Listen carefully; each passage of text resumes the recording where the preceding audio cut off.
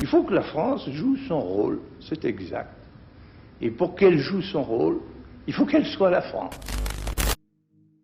Bonjour à tous. Aujourd'hui, on va parler d'un problème qui est plutôt majeur à droite actuellement. Comme vous le savez, la gauche est totalement morte. Elle s'est fait dépecer il y a longtemps maintenant par tous les éléments gauchistes qui l'ont envahie. Et tous les morceaux qui n'étaient pas pourris sont tout simplement partis à droite. Je pense ne pas prendre trop de risques si je dis qu'aujourd'hui, la plupart des Français sont de droite ou du moins ont une certaine affinité envers la droite. Maintenant, il y a un énorme problème dans la droite. C'est que on pointe les conséquences, mais jamais les causes. En fait, même l'un des plus gros problèmes, c'est de pointer les conséquences comme étant des causes, comme par exemple l'immigration. À droite, des moments, on a l'impression que l'immigration est une cause qui a des conséquences. Sauf que c'est faux.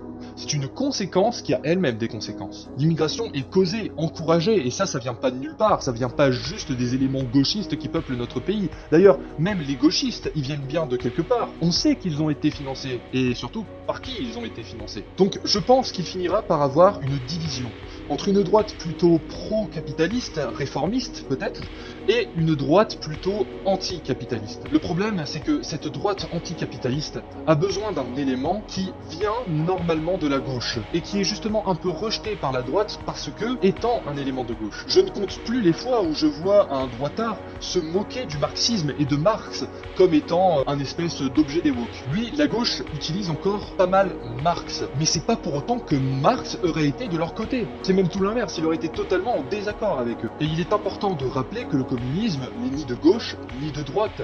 C'est un concept qui va en dehors du clivage gauche-droite, puisque le communisme veut la fin du capitalisme. Donc on ne peut pas le classer en fonction des critères politiques du capitalisme, puisque quoi qu'il arrive, il sera à l'extrême, vu qu'il veut la fin du capitalisme. Donc ça n'a aucun sens de dire que le communisme est de gauche, ou de dire qu'il est de droite. Le communisme est le communisme. D'ailleurs, Marx ne se disait ni de gauche ni de droite. D'ailleurs, je trouve ça plutôt comique de voir la droite ne pas s'accaparer d'un sujet parce que pour eux, il est de gauche. C'est exactement ce que font les gauchos, ça. Par exemple, l'immigration, pour un gaucho, c'est un sujet de droite, donc il faut jamais en parler. Et ben là, c'est pareil avec Marx. Marx, c'est un sujet de gauche, alors il faut pas en parler chez nous, il faut même s'en moquer. Et c'est là où je pointe du doigt le plus gros défaut de la droite, c'est de ne pas s'intéresser à Marx. Et ça, c'est une épine dans leur pied, puisque ne se renseignant pas sur le capitalisme, ils ne s'y attaquent pas directement. Ils n'ont que des solutions de façade, un espèce de gaullisme 2.0, qui certes, peut-être améliorera la situation dans les premiers temps, mais qui réaboutira à un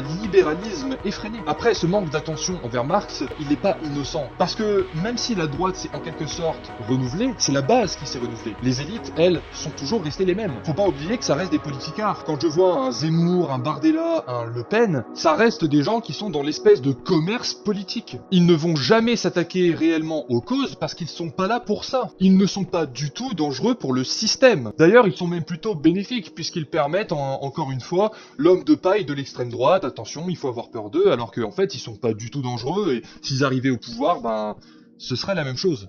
En fait, on peut dire que le problème majeur de la droite, c'est de garder, on va dire, des traditions. Cette tradition d'être anti-gauche. Pas anti-gauchiste, anti-gauche. Par exemple, on peut voir ça à travers l'histoire. Pour beaucoup de gens de droite, l'histoire actuelle ment sur ce qu'a été le Moyen-Âge, ment sur ce qu'a été l'Église catholique, justement pour des raisons qui sont de l'ordre de l'anti-religion et du républicanisme écervelé. Mais par contre, si on parle de l'URSS, non. Là, l'histoire a totalement raison, c'est 100% prouvé. Donc d'un côté, le capitalisme ment pour ce qui est de notre passé, mais il ne ment pas quand ça va dans notre sens. Alors qu'en plus, ça ne va même pas dans notre sens. Tout ça relève d'une pure tradition et juste d'un anti-gauchisme un peu neuneux où tout ce qui vient de gauche, il faut s'en moquer. J'aimerais mettre ça en relief avec ce qui se passe actuellement, avec ce qui s'est passé à Crépol, donc un acte de sauvagerie causé par des petites racailles de cité qui ont, je cite, voulu s'amuser, bon avec des couteaux mais il faut s'amuser comme on peut, où on pointe seulement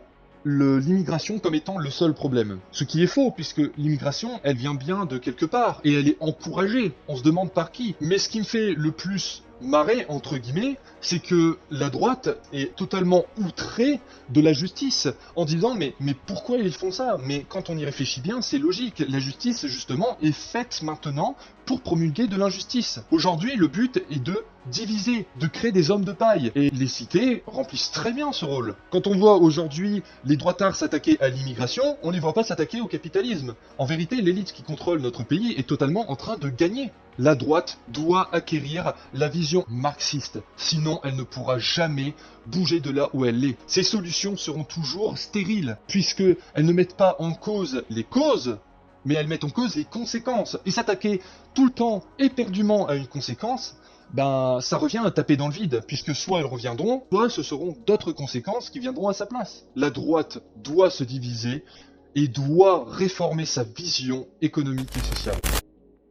Je vous remercie de m'avoir écouté. Si notre discours vous intéresse, n'hésitez pas à venir discuter avec nous. Nous serions très heureux d'échanger avec vous. Nous acceptons toute personne de bonne volonté qui est réellement venue pour discuter. Donc merci et au revoir.